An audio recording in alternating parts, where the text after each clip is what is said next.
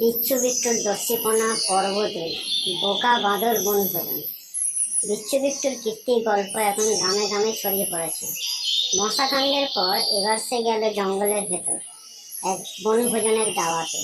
সঙ্গে সেই পুরনো দল, বিড়াল, ইঁদুর আর 3টে গোল গোল শুকরছানা।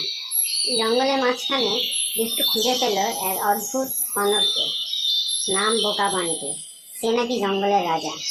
মাথায় কলার খোসা, গলায় ফুলের মালা, আর গলাগুলোতে কিছু বেশি রকম হাসির চেহারা। বিট্টুকে দেখে বান্টি বলল, এই খোকা, তুই কি আমার বনভোজন চুরি করতে এসেছিস? বিট্টু ঠোঁট বাঁকিয়ে বলল, চুরি?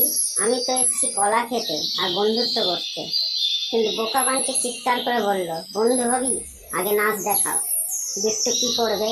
সঙ্গে শুকরছানাগুলো কাঁপছে, বিড়ালটা গাছের ডালে উঠে গেছে, আর ইঁদুরটা বিট্টুর কানে কানে কিছু বলছে। হঠাৎ বিট্টু গম্ভীর হয়ে গেল, হাত তুলল, গাছের ডাল ধরল, আর শূন্যে 3টা ক্লিপ। বন জুড়ে হাততালি। বান্টি হাঁ হয়ে তাকিয়ে রইল। শেষে বান্টি বলল, বাহ, তুই তো সত্যি দস্যি। চল এবার বনভোজন একসাথে করি। আর এইভাবে এক বোকা বাঁদর আর বিচ্ছু বিট্টুর মধ্যে হলো এক মজার বন্ধুত্ব।